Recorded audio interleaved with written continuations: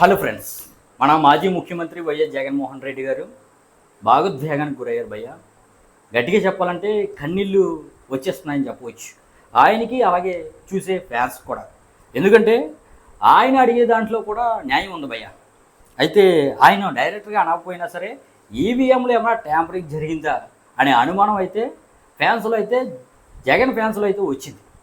మరి నిజంగానే ఈవీఎంలో ట్యాంపరింగ్ అయ్యిందంటే అది వేరే సబ్జెక్ట్. ఎందుకంటే లాస్ట్ 2019లో వీళ్ళకే 151 వచ్చినాయి. మరి అప్పుడు ట్యాంపరింగ్ అవని ఈవీఎంలు మరి ఇప్పుడు అయ్యాయంటే అది ఓటర్స్ని కించపరిచినట్టే అవుతుంది.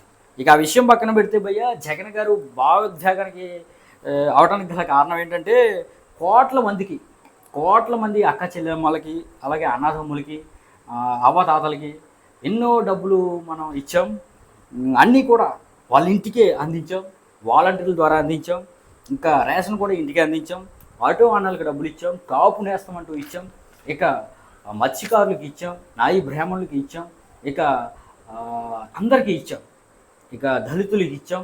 ఈ విధంగా అన్ని వర్గాలను కూడా కవర్ చేసాం. ఇక అమ్మఒడి ఇచ్చాం, ఇంగ్లీష్ మీడియం పాఠాలు పెట్టాం. ఈ విధంగా అన్ని చేసినా సరే ఇన్ని తక్కువ ఓట్లు, ఆ ప్రేమ ఎక్కడ పోయింది, అభిమానం ఎక్కడ పోయింది, ఆ ఓట్లు ఎందుకు బదిలీ అవ్వలేదు, నిజంగానే ఓట్లు వేయలేదా అనే అనుమానంతో పాటు తన భావోద్వేగాన్ని, బాధని కూడా వ్యక్తపరిచారు మన మాజీ సీఎం జగన్మోహన్ రెడ్డి. మరి ఇదైతే ఒకంత చూసిన వాళ్ళకి కూడా ఉద్రేకం రప్పిస్తుంది భయ. ఎందుకంటే ఓటమి ఎవరైనా తీసుకుంటారు, కానీ ఇంత ఘోర ఓటమని అంటే తీసుకోవడం అంటే చాలా కష్టమని చెప్పవచ్చు. టాప్కి ఏదో వైకుంఠపల్లి ఆట ఆడినట్టుగా 2019లో నిచ్చినెక్కి 151 సీట్లు తెచ్చుకుని ఇప్పుడు పాము నోట్లో పడినట్టుగా ఈ విధంగా సింగిల్ డిజిట్కి పడిపోవడం అంటే మామూలు విషయం కాదు భయ్య. మరి చూడాలి, మరి జగన్మోహన్ రెడ్డి గారు ఏ విధంగా ఈ ఓటమిని తట్టుకుని ముందుకెళ్తారనేది చూడాలి.